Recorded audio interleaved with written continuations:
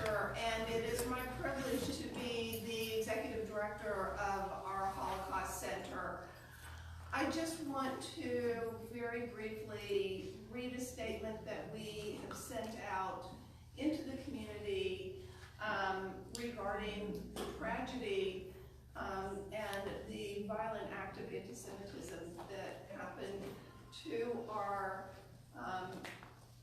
our family at the Tree of Life Synagogue in Pittsburg.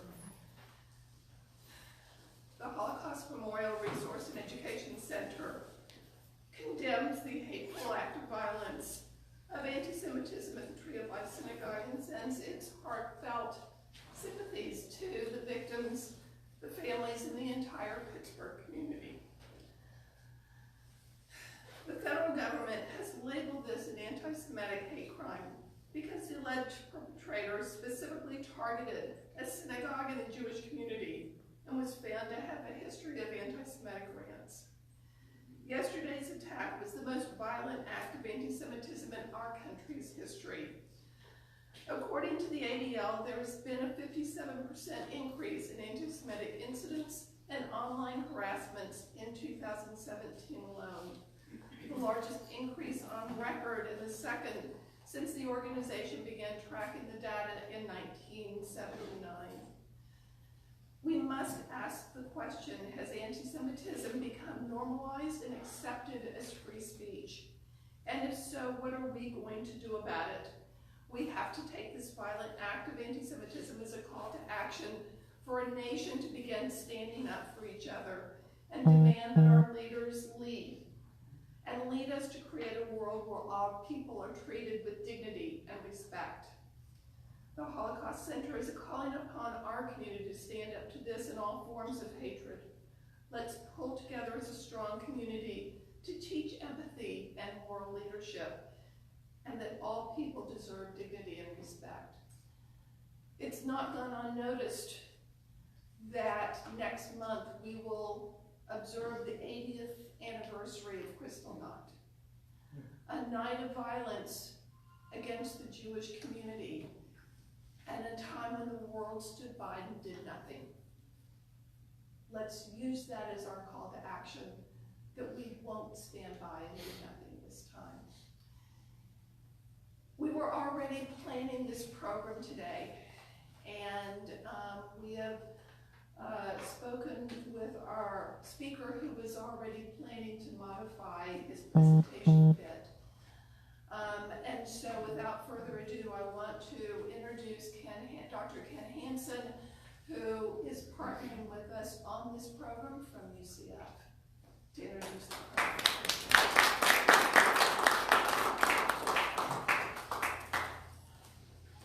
Well, good afternoon. I'm Dr. Ken Hansen. I'm coordinator of the UCF Judaic Studies program, and I want very much to welcome you all here this afternoon. We are here today officially to address the subject of the impact of the Holocaust in America, which we generally think of as a past historical period. But with the tragic and horrific events of yesterday, we realize all too well that the history of the Nazi genocide cannot be compartmentalized as something that transpired in the previous century, something long removed from our own experience. We face the reality, not only of anti-Semitism, continuing anti-Semitism, but murderous anti-Semitism every day. In mourning for the most serious attack on Jews in American history, we are compelled to connect the exterminatory hatred of the Nazi regime with the mindless, insane hatred that prompted yesterday's slaughter.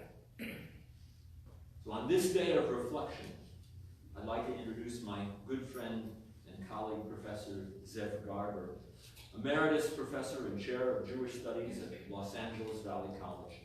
He attended Bar-Ilan University in Israel and earned a Bachelor of Arts degree in Hebrew from Hunter College.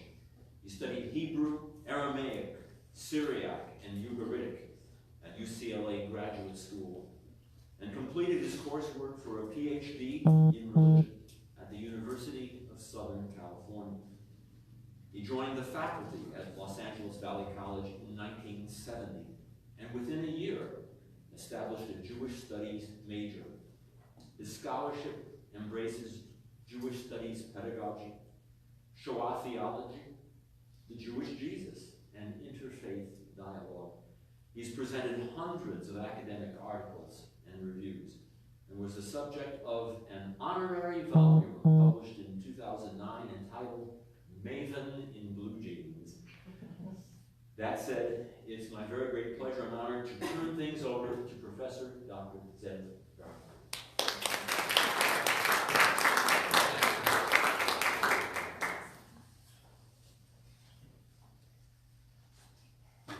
Ken, thank you so much. And ladies and gentlemen, a little side note. I normally am known as probably one of the few professors who does not read notes. The reason why I don't read notes, I feel that notes or lecture notes simply restrict the speaker, and who knows what happens the next moment, the next day. If I ever needed assurance why Zev Garber doesn't read from lecture notes, it's the tragedy that happened within the last 24, 36 hours. And let me go back, I guess, in my own life in Orlando, Florida, as I basically was placed in the hotel there, the Doubletree Hotel, courtesy of UCF. As I am an Orthodox practicing Jew, I needed a place to daven, to pray. There was no one around to pray with me. So I prayed in my own room, as I normally do. And as I finished my davening, I like to take a little walk, which I normally do on Shabbos, on Shabbat. I walked out of my room, room 117, walked into the lobby of the Hilton Doubletree, and before my eyes, I saw that screen showing something happening in Pittsburg, Pennsylvania. I couldn't believe what I saw. Couldn't understand what was written. A tragedy, a shoot, a multiple, faceted crime being done, etc. And I sat there totally aghast at what I saw. I sat down, I just observed and observed. What I did, ladies and gentlemen, was a personal violation of the Shabbat rest.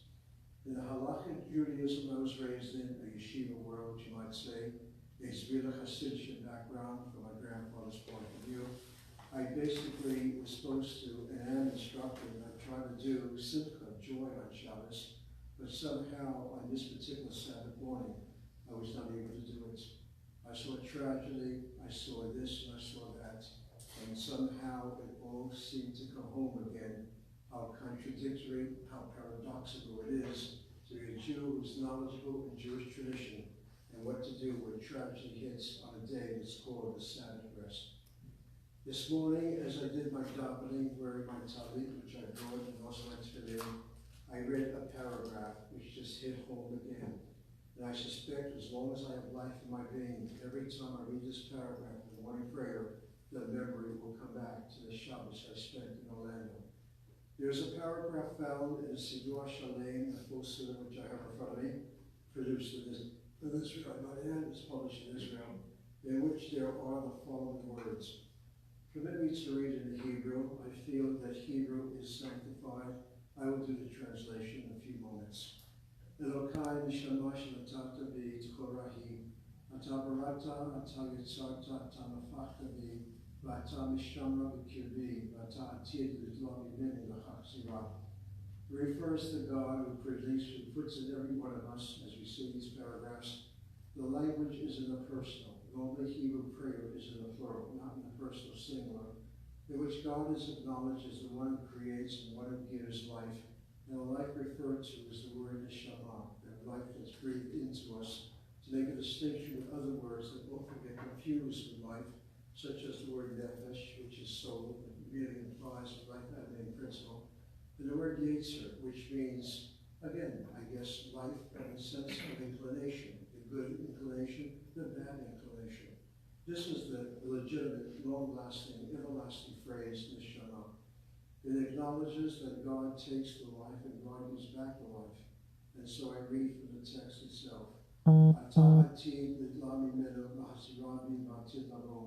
That God in the future would take this neshama and God will restore it in the future. Every time, every second that the Neshama is with me. Modeh ani lefanecha. I acknowledge and say before you, Hashem Elokai v'Elokei Avotai, my God, God of my parents, my foreparents, Rigon Kol Masim, Adon Kol Shamot. Rigon Kol Masim is translated as the Lord God, the God of my fathers, and continues, Master of all creatures, Lord of all souls.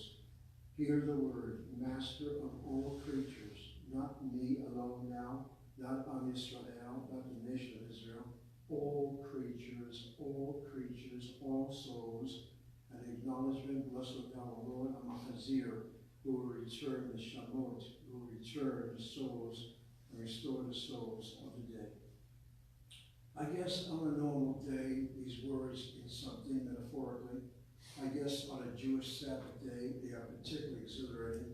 I guess that's what the old rabbis used to say when you woke up from sleep, woke up from a state of death, as it were. So, you wash your fingers and are able to say words of praise. But how does one say a prayer like this in light of the murder on Shabbos? How does one speak around regarding the whole tragedy of innocent people going to shul? Among the people I heard going to shul, the term we use in my background, going to synagogue, going to a temple, are two people that walked out. And the first concern of some of the representatives of that particular tragedy yesterday is what has happened to the elderly couple. You couldn't reach inside that shul, the Beis HaChaim, the Tree of Life synagogue. There's no communication. But one particular person is concerned what happened to the elderly couple. You see, the commentary went like this. Today we drive to synagogue. There's no tradition that you walk. There's no tradition that you walk to shul. I always walk to shul. It's 2 miles, it's 4 miles. I still walk. Kind of hard as we say in Yiddish. I'm able to still walk to a shul. But what happened to the couple going to a conservative shul that walks to shul? That's all they know. We walk to a shul. They are certainly among those who are victimized, who are 11 or 12 who now seem to be murdered. I trust the Almighty God they were spared in this tragedy. But my wife from Los Angeles already notified to me that one name was mentioned, a 71-year-old Jew that somehow was killed among those who were killed. Who knows who was killed, and basically the whole implication why on Shabbos. It so happens that yesterday's reading of the Torah portion brings home the whole point even more so, even more so, even more so. Yesterday's reading in the synagogues across the world, whether it's Reform, Conservative, Orthodox, whatever, is a chapter that's read on Rosh Hashanah Day itself, the story of the binding of Isaac. The Akedah, the binding of Isaac, which Christians refer to, not without reverence, but reverently as the sacrifice of Isaac, because of the implication and the similarity of the binding of Isaac, the sacrifice of Jesus, the crucifixion, and are the two not the same, we're still in the message, albeit with different characters. To a certain extent, yes, to a different extent, no. But getting to the Jewish reading in the synagogues of yesterday, which I did not hear since I was not part of a minion in a hotel in Atlanta, Florida, basically on these words. It came to pass after these things. As I read words, you think moments right now. This is the beauty of rabbinic tradition of Judaism, and this is how I respond to the copying of Shoah and how it's related to America's impact and how it's related to the tragedy yesterday. Judaism has a very beautiful dictum, very beautiful saying and teaching that says, what was, is, and always will be. Ein muqdam, ein mu'achar, is neither before nor after. Another beautiful teaching that instructs me, I'm sure my colleague can as well, as we instruct students in a secular university or college, is that the Torah of Judaism is written in the language of man. It may well be God-inspired or God-written, however you wish to take those metaphors. The language is the language of man, as if to imply, if it's a divine, sacred, special language, how would you understand it? The language is our language. It's no longer in heaven, says a verse in Deuteronomy. It's now here among us, and our task is to wrestle with it. I like to say that because the very name Israel means to wrestle. Jacob, our forebear, was changed to the name of Israel. For as Israel, you wrestle with God, you wrestle with man. The God wrestling is a man of God, so it says in Genesis 32 and thereabouts. And somehow in both cases, wrestling with divine decision, if you mind me saying that, for wrestling with God. The wrestling with man is man's decree or man's horrible acts, as we saw yesterday. And God knows that 80th anniversary of Kristallnacht that's referenced already. Somehow their wrestling is part of the Jewish nature. What is very confident for me is to hear the phrase, Vatuhal. Despite the wrestling, despite the disadvantage, despite all the disappointments, somehow with determination, you've got to prevail. Without man having that confidence to prevail, what else is at stake? I refuse to see a murder that took place yesterday to somehow be in vain. The fact that people waking up to da is repetitive. Something else must be done. And my talk deals with Shoah, and I'll get to that word. And my talk deals with Holocaust. I'll get to that word. And I'll also teach you a word that Isaiah always used. As I come from a Yiddish-speaking background, I'm born in this country. I had parents who spoke Yiddish in the household. I definitely had Yiddish all around me. But Isaiah, on my father's side, lived with us. And the only language he ever spoke, I never heard a word of English from his mouth. So Yiddish is part of how I look at the world. And in the Yiddish world, they never said Holocaust, they never said Shoah, a term I prefer, by the way. They simply said a Churban. Bill Churban, got to speak a little Yiddish here. I hope you follow me. We'll bring back memories of your grandparents. Churban is what they say, Israeli Sephardic pronunciation. A Churban. A Churban, how do you trust that? It comes from the Hebrew word sword. It comes from the word fight and battle. It's a term used for destruction in the land of Israel. And in a very powerful way, so I once wrote, that word Korban will not do for the destruction of European Jewry, because the word Korban is related to the land of Israel and not necessarily off the land. Anyway, but the term in Yiddish is a Korban. Or Elie Wiesel, whose name I will mention a few times, who heard me speak on a very important, significant topic, why I, Zev Garber, do not like the word Holocaust. In all due respect to the center. You're not wrong, it's a term people use, but I have a problem with it. And the problem with that word Holocaust, coincidentally, is part of yesterday's reading for the Torah. The opening words, it came to pass after these things, God did prove Abraham, which is nothing more than fancy schmancy English. God is going to test Abraham, it says in the Hebrew text. And Abraham comes before his God and says, Hineni, here I am. Those very words, Hineni, Hineni, are so powerful. These are words said by Moses at a bush that burns and doesn't consume.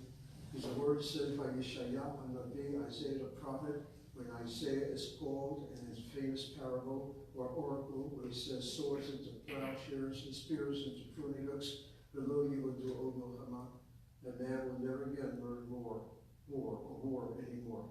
But when Isaac is called, or rather when Isaiah is called, Hineni, here I am. When Moses, our great teacher, is called, Hineni, here I am. And now when Abraham, when the term is first used, is called, he says, here I am.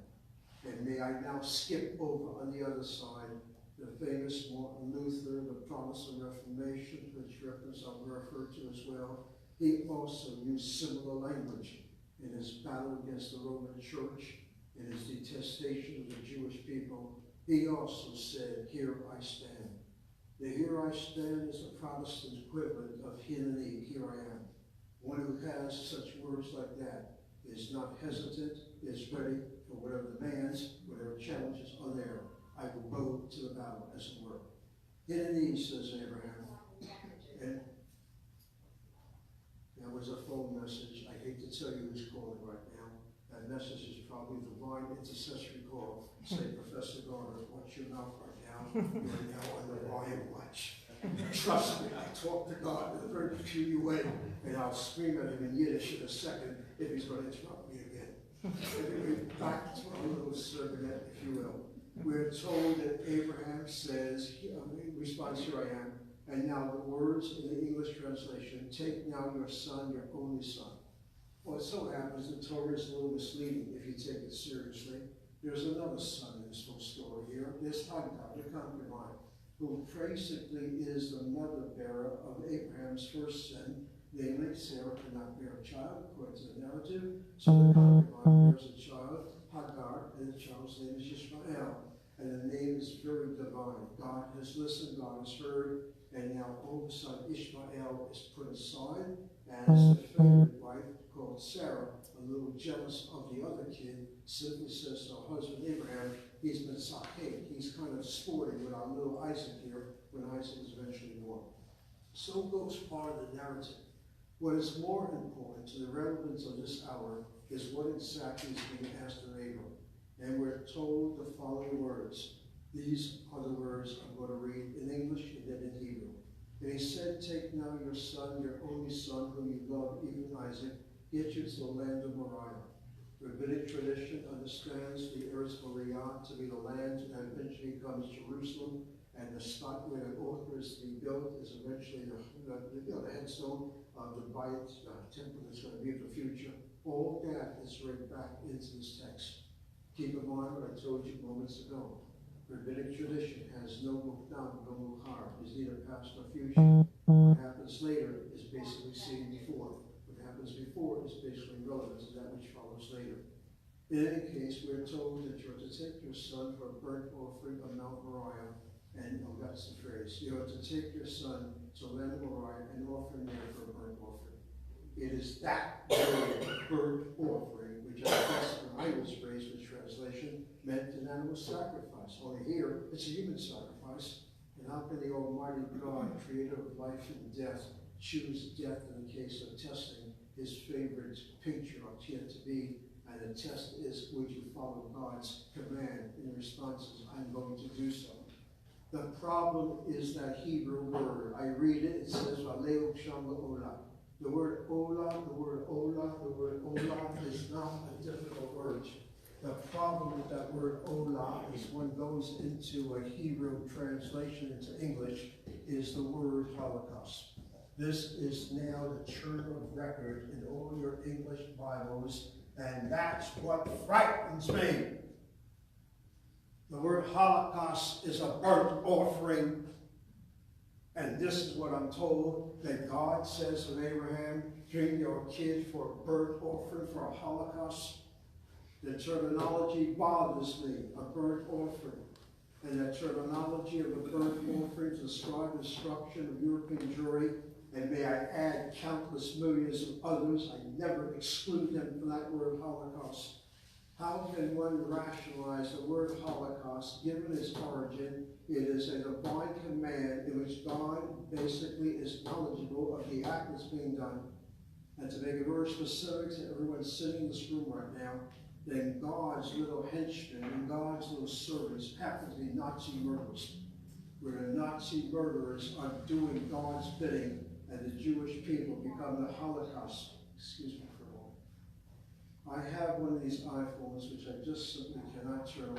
It bothers me right now. So just bear with the old teacher up here as he's going to snap open something and let's hope it stops everything. If it doesn't, then my friend Kim will take it over and throw it into it. All right, ladies and gentlemen, I don't want to lose the frame of thought. I have a difficult time because Zev Garber works on a philosophy that says language influences the way we think. The words that you use, whether you're subtle with those words, whether you're conscious of the words, whether it's not that obvious, does make a difference. Why, of all the terms describe the tragedy of the Jewish people and others during World War II, do we select the word Holocaust? That word came about a long time ago. First used with the Armenians, by the way. I wrote an article which implies all that. The name becomes used in regard to the Jewish tragedy. It's probably best known only regarding Jewish tragedy. And since then, everybody likes to use the word Holocaust. There's some kind of biting here, so that the term is overused. I am paraphrasing Elie Wiesel himself. Elie Wiesel is the name identified with that word Holocaust. In the mid-1980s, I wrote Mr. Elie Wiesel. At that time, still was for a number of years after, I believe a full professor, invited professor to teach at Boston College. And he is interesting, he has no PhD by his name, nor was it necessary. He also is a man who has a track record of over 90 honorary doctorates around the world. Elie Wiesel has. and rightly so, be recognized for the acumen he has, and his courage, and his creativity, and his pioneering efforts. I wrote Mr. Bizel, I told him I was going to do an article on why is the Holocaust called the Holocaust, dealing with a psychological deconstruction of that term. I said, sir, could you give me in a few words why you chose that word? He said, Zev, I wanted the word to capture the fire. I am paraphrasing the great Emeritus. I want a word to capture the fire, the burning fire of the Lord Church. Sorry if I pause a second. That's what he wanted. A word that will capture the burning children. Not realizing possibly that the Roman Catholic Church's Bible translation uses the word Holocaust in regards to the word Ola. Not realizing that Protestant Revised Standard Translation of the Bible in Genesis 22 are now using the word Holocaust. Not realizing that Holocaust now is synonymous with a burnt offering demanded by God, brought by man, and I have a problem with that. How serious is that particular problem of association of words? I have in front of me a pad of paper. Maybe 4 hours ago, I wrote this following quote down as I'm waiting for my good friend to pick me up to take me to the center, use the computer in the lobby of the Doubletree Hotel, and check my email. Thank God my email has stopped. It's probably overloaded, everything's getting rejected. But something did come across the Jewish Journal, which is our, I guess, newspaper in Los Angeles. And the article, of course, dealt with the tragedy of yesterday and comments from different writers. There's a writer who wrote the following words, I hope I have it here, in which that particular person, do I have it? I probably should have it here, in which that person basically says the following, regarding the murder of monster Robert Bowers, this particular reader writes, this guy, this Mr. Bowers, will meet the God of Israel face to face. The reference to the Almighty is God of Israel face to face. He's about to find a similar reaction that Hitler experienced when he, meaning Hitler, last breath, after he died, let's put it that way, when Hitler passed away in the presence of the King of the Jews. I read the statement again, and I'm not even sure you understand the double entendre. It begins by saying he's going to have a similar reaction when he meets the God of Israel, and essentially have the same reaction when Hitler and his last breath in the presence of the King of the Jews. Ladies and gentlemen, all my life of 77 years, I never referred to the Ribono Shel Olam, the Master of the Universe. I never referred to Hashem Elokeinu, the Lord our God. I never referred to any of the 72 names the rabbinic tradition tells me refers to God as the King of the Jews. Only one person does that. Only one mind can do that. It's a Christian. When a Christian refers to Hashem, which is a common term found among quite a few Christians, take God's name in vain, use the term the Jews use, Hashem, the name, the essence, as King of the Jews, it's a clear giveaway that this person is writing as a Christian. The Christian is responding to a Jewish article in the Jewish community newspaper. Please understand that the King of the Jews is going to be accountable to judging this individual, and no more turn the other cheek, and no more forgive the transgression, but the hardness and justice before there's mercy, so identified with the King of the Jews, seem to be similar to the God of Israel, as seen by a Christian response to yesterday's tragedy. Yesterday's tragedy is not a Jewish tragedy. Yesterday's tragedy is not a Christian tragedy. Yesterday's tragedy is everybody's tragedy. And what then do we do to avoid everybody's tragedy? In my mindset, it's very clear one thing. You do not politicize it. Keep the politics out of it. Don't assume, well, the Democrats, oh, the Republicans, oh, Mr. Trump, blah, blah, blah. Please put that aside for another occasion. Talk about the human tragedy and talk about the sensitivity of when tragedies like this occur. And you know where I learned this lesson? Let me share it with you right now. It was 1978 or thereabouts. I teach at a 2-year community college. I have the degree to speak at the universities. I do speak there. I am a professor at UC Riverside, a visiting professor back in the day. I was the Case Western Reserve professor at Case Western Reserve University. I chose back in the day, for whatever reason, a two-year college. I'm still at that same two-year college. But in 1978, the visitor from Israel at best had 90 people at the University of California, Los Angeles, my old graduate school. Only 90 people were able to be conjectured up to hear this guy. This guy came to my campus, and over 2,000 people were there, with security all over the place provided by my students and not by the security force of the Van Nuys Police Department at that time.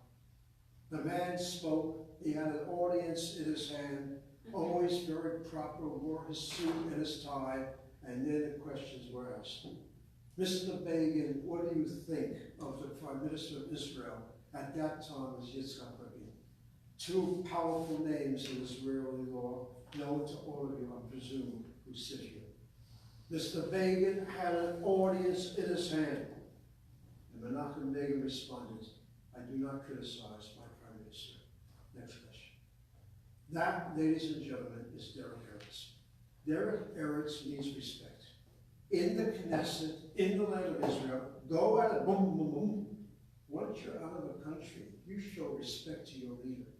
No matter how much you're dissatisfied with his position or her position, it's called respect of the office goes with the individual who happens to occupy that office. I've never forgotten that position. Respect your opposition.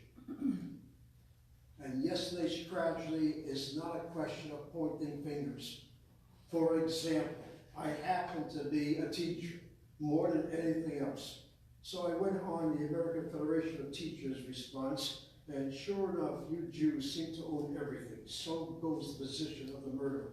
And there is a person who's part of the American Federation of Teachers who essentially is a Jewish person. She speaks for the AFT, she speaks for the College Guild, and she says the following. I am a Jew in light of what happened yesterday. And then her response, as a Jew, I lean on my Judaism. We're talking about one of the most powerful teachers union in the world, headed by, and always has been by Jews. Don't ask me how that works out. Her response, as a Jew, I lean on Judaism. As a teacher, she now says, I'm there to educate, to make more tolerant and inclusive America. And then as an activist, she concludes, I lean into the fight for a better and safer America. I think her three-statement credo rings well with me. As an activist, which is what the center should be all about, you should be involved with fighting for a better and safer America. Not for Jew or Gentile, black or white, everybody and everybody. Our second point, the teacher to educate, to somehow educate more tolerance and an inclusive America, not an exclusive America, which tragically, if I read everything now, is what's happening. Like an internal civil war taking place here among ourselves, among others, and God knows what else is included. But she also does not forget our heritage. She says, as a Jew, I lean on my Judaism.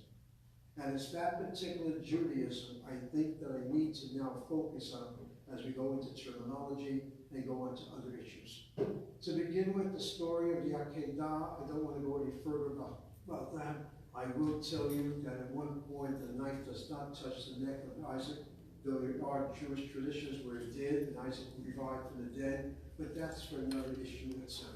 All I know is we have the survival of Isaac. Without that, you would not have the Jewish people, so the tradition has it. And maybe I ought to give you a concluding remark and then go on with other comments.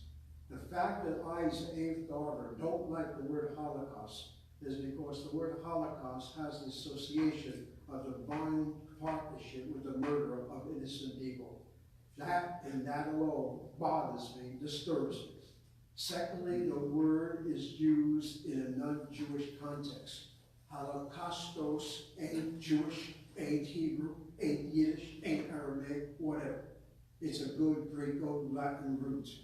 And that too is a little disturbing because of the tendency of using the generic general term disassociates with the Jew as the victim. Let me make that very clear to everybody. When you use the word Holocaust to refer to the destruction of 6 million people, and you watch my words, I added immediately, and 5 million other. Well, stop it right there, Garber. First of all, how do you know it's 6 million? I don't, it probably wasn't. How do you know it's 5 million? I don't, it probably wasn't. That number 6 million and 5 million was created by a Jew by the name of Simon Wiesenthal, period. Nobody counted his corpses, and nobody asked were they all killed by gas. Somehow Mr. Wiesenthal comes up with 6 million and 5 million, he has 11 million. Nobody questions it. Why, Garber, are you getting so excited right now? Because I have to be. As I speak right now, Austrian time, there are 2 leaders of Holocaust education in America. I know them both. They're the head of the Simon Wiesenthal Center in Los Angeles. One is Rabbi Cooper, and there's another rabbi there whose name escapes me right now, who's the major mover. They're now in Mauthausen. They're now at the death camp, whatever, in Austria. It just so happens that they are there today. Not because of the tragedy in Pittsburg. And a Reddit report is, whatever program they scheduled for the program today of 1,000 is now going to be suspended. They're going to say the Kaddish, rightly so, in a death camp for what happened in Pittsburgh. That is what unites Jews. Wherever the Jew is, however percentage a Jew is, there's a thing that my Zeta always taught me. It's called a pintele. Pintele is one of these words you don't translate. A pintele. A pintele is a little drop, a little dot, a little whatever. The Jew is a Jew. Observant, non-observant, agnostic, atheist. God knows the percentage of agnostic Jews are overwhelming. Irrelevant. So in Austria, in a death camp, 2 American rabbis, actually one of them is born in Canada, are going to say a Kaddish in behalf of what happened, or respect to what happened on Shabbos somewhere in Pittsburgh, Pennsylvania. I think you need to understand how this connective link is made. And Mr. Simon Wiesenthal is probably the best known, or among the best known survivors. He felt the world would not listen to anything. 1945, 1945, what else is going on in the world? Buddhist. Nothing. Comes up with these numbers. And to his credit, he does not forget the righteous non-Jews, or God knows who else is included with these numbers, and has 6 million and 5 million. I use the number 6 million because it's common parlance until a professor reviews one of my essays from the University of Indiana, who simply says, whoa, Zev Garber picks up the term 6 million, doesn't know what he's talking about. He got it from Simon Wiesenthal. I never had Simon Wiesenthal's name in mind. I use that number because it's common parlance. What am I going to do? Be academic with everything? Which is one of the problems that professors at the university have. They are in search of what's called factuals. Forget about factualities. Start thinking in terms of reality, which for you and me are the actuals. Whether it is factual or not, it's an actual. That's what speaks to your mind and your heart and your feelings and your doing.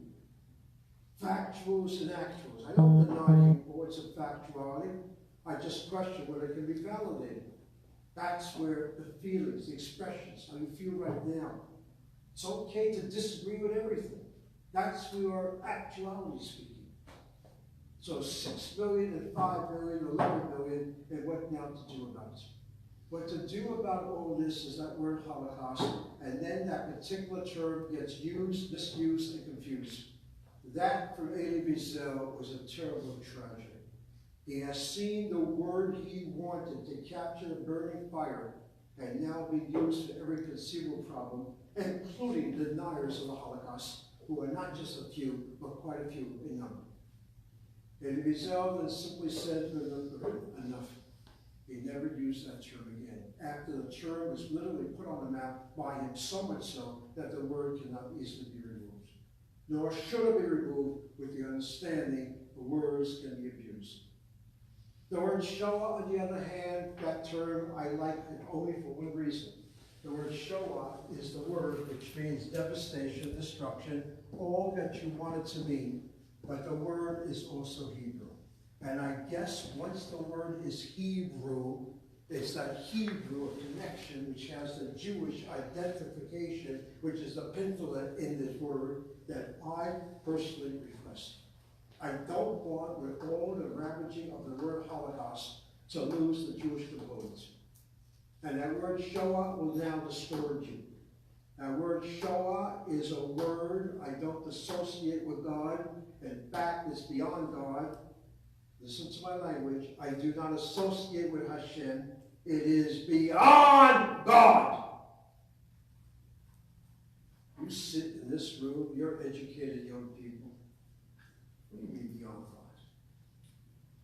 God? Are you trying to tell me there's a concept beyond God? Are you trying to imply you cannot control it because God is God, cannot control it? Yeah, I use the term beyond God. God is God, I don't even entertain. What I entertain is the language of God. That's all I can deal with. The language of your Torah, the language of Scripture, the language of your church, the language of the synagogue, the language of whomever you refer to as your reference. And that word Shoah occurs several times in the Hebrew context.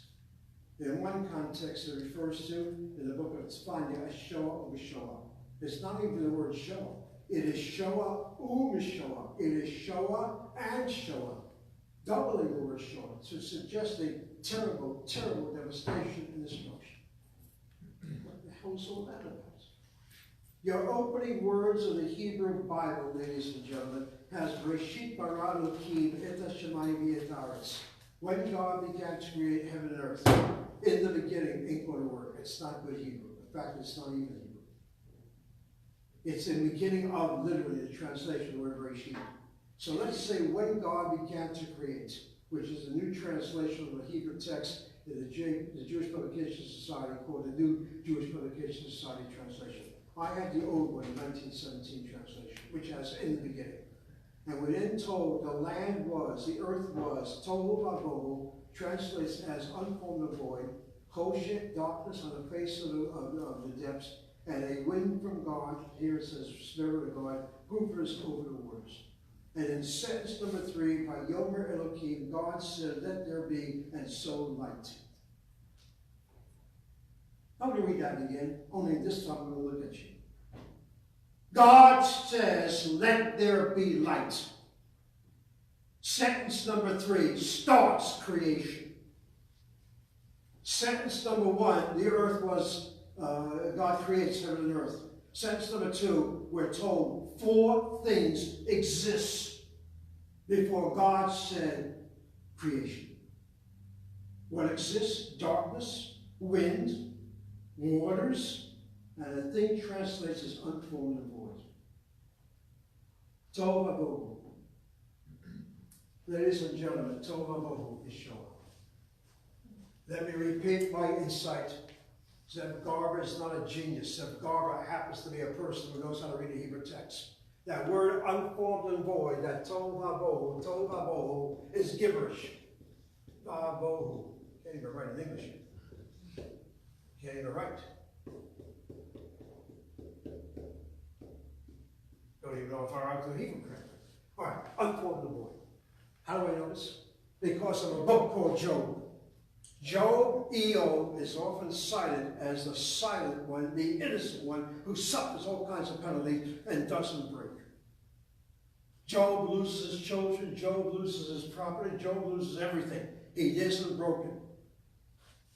I suggest that you read the book of Job. The book of Job begins with an incredible statement where God listens to one of his lieutenants.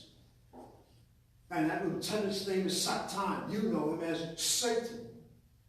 Satan ain't a guy with a pitchfork and a tail. He's God's representative on earth. He goes backwards and forwards on a place called earth, reports back to the Almighty when God says, what's going on with my children, meaning mankind on earth? And Satan offers a challenge to God. This is language of man. Don't you understand? It's a beautiful type of challenging, which reflects how we like to think about things. What if good old Job has a little punishment? Do you think he's still going to praise you? What if Eo is a little in pain? Do you think he's going to say, Baruch Hashem, bless the Lord?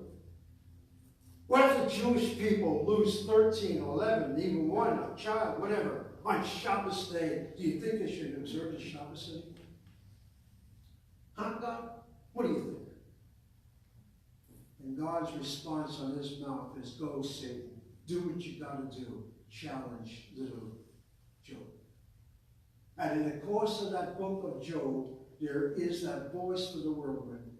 And there's reference to a description of planet Earth called Tohu Vabohu, from which vegetation will come. Let me repeat that again. Vegetation, in my way of thinking, is life. Tohu Vabohu is the Jobian language of destruction, absolute, no life, and from that source will come life. That's your word, Shoah. That is your word, Shoah. On one hand, I had it as bring your sacrificial offering. On the other hand, that same word, Shoah, is total lack of life, total nothing.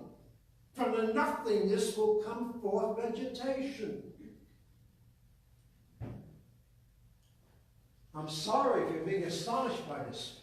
I don't have to go any further than a Kabbalistic term, Ein Sof. On my license plate in the state of California, I have 6 letters, E-I-N and S-O-F. And those 6 letters have saved me from all kinds of challenges, including one night teaching, as I often do, up until 10 o'clock, boom, boom, boom, boom, boom, boom. We're talking about a few years ago, leaving my classroom in my building, probably around 11:15. Outside the building was somebody hanging on my collar, just waiting. What am I going to do? Am I going to handle somebody who apparently was a little offbeat? Am I going to call security? Am I going to do my Krav Maga? All of which I have a little ability. Didn't want any problems. I simply say, sir, I'll give you some money, get some coffee. He didn't go anywhere. He was concerned about my son. He said, hey, sir, that's the right one? And then he said, SOF, soldier of fortune. Are you a soldier of fortune? I said, yes, sir. I'll step aside. Gave me some money. Okay. I saved a moment of confrontation. The word sof is the word end. Ein Sof is the Kabbalistic term which means no end. God as God is no end, endless.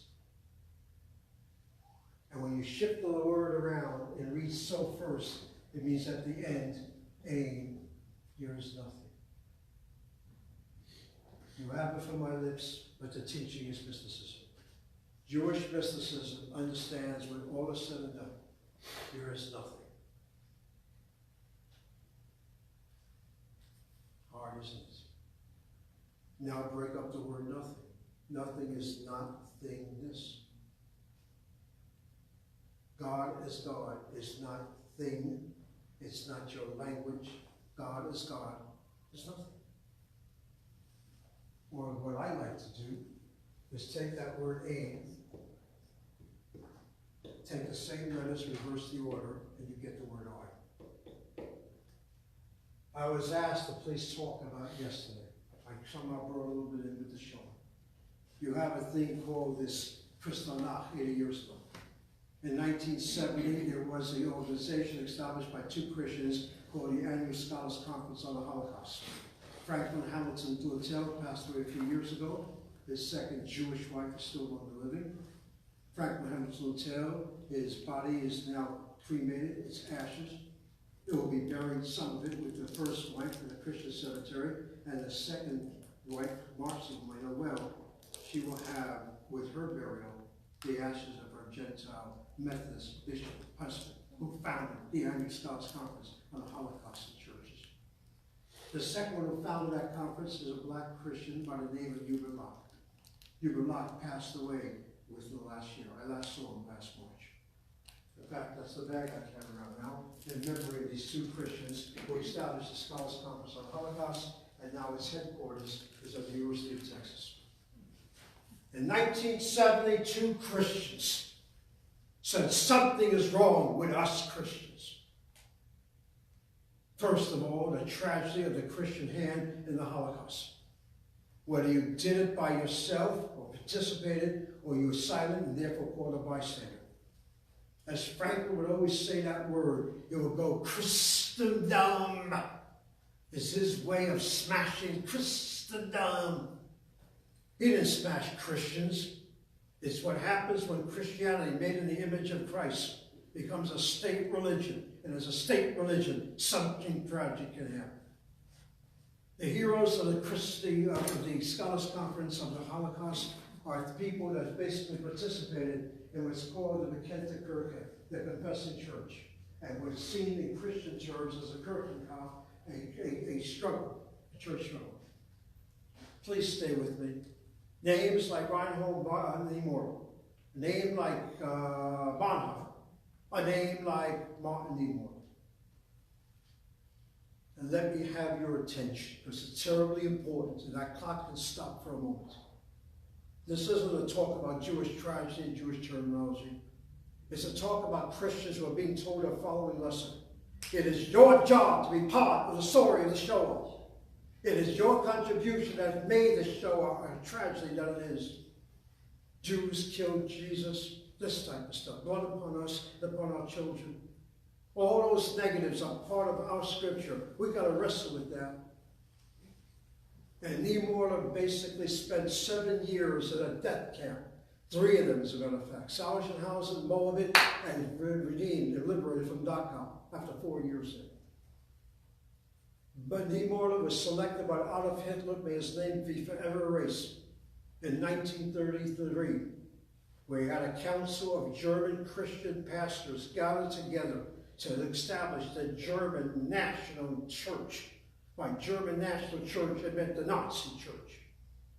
Bonhoeffer was over 6 feet tall, smoked his, not cigar, but his pipe. You, Niemoller, will be the head. Niemoller stood up, looked down at Mr. Hitler, and said to Adolf Hitler, the Fuhrer, "You're not my Christ, you are my Caesar." Hitler foamed at the mouth. He could have shot him right there, had him killed. He said, "You're going to be my prisoner." If there's one thing Adolf Hitler said, and kept his word, I see I have no more minutes. Do I have your permission to finish the story? Adolf Hitler said, "You're going to be my prisoner." Kept alive 7 years this way. When Niemoller came out of that Dachau camp, married to a woman he had as a child pastor, he had her as a child. He was a children's minister back in the day. Is Sarah, as she's now called, Sybil von Sell Niemoller, a convert to Judaism, who was told by Elie Wiesel, "You'll never know enough what Judaism is." That's what encouraged Sybil, by the Hebrew name Sarah, to become a Jewish woman, married to the minister himself. Was he pleased by this? Of course not. The Niemollers and the Bonhoeffers put their life on the line so that Jews should be saved because of Lord Jesus Christ. That's what a Christian does. You bear testimony to the living Christ. Sarah, Sybil, Niemoller, whose cousins were part of the plot to assassinate Hitler, could never raise the finger this way or the hand this way. And she told her husband, and the second marriage was now in the early 1980s, "I cannot be your pastor's wife anymore." Oh, he eventually relented and said, "Go, my wife, do what you need to do." But you know what I want to end with? I want to end with Christian testimony. You need to hear it. Bonhoeffer always went back to Dachau. He saw the sign. He said, "I know all this." So what's bothering you, Niemoller? who said they came for, not this and not that, then they came for me. He said, I haven't saved enough Jews. Good Lord God Almighty. Sweet Jesus and Holy Moses. If there's one person who bear testimony, it was not enough. And his own testimony when the Almighty God will give judgment on Nemor on his deathbed, on Judgment Day, he's going to test me and ask, what have you done for the people? That's Christian testimony. It should always be part of your story. Christians have a spin, Jews have a spin. Together, we will overcome. Zev, I want to thank you so very, very much. In fact, to say thank you from my perspective.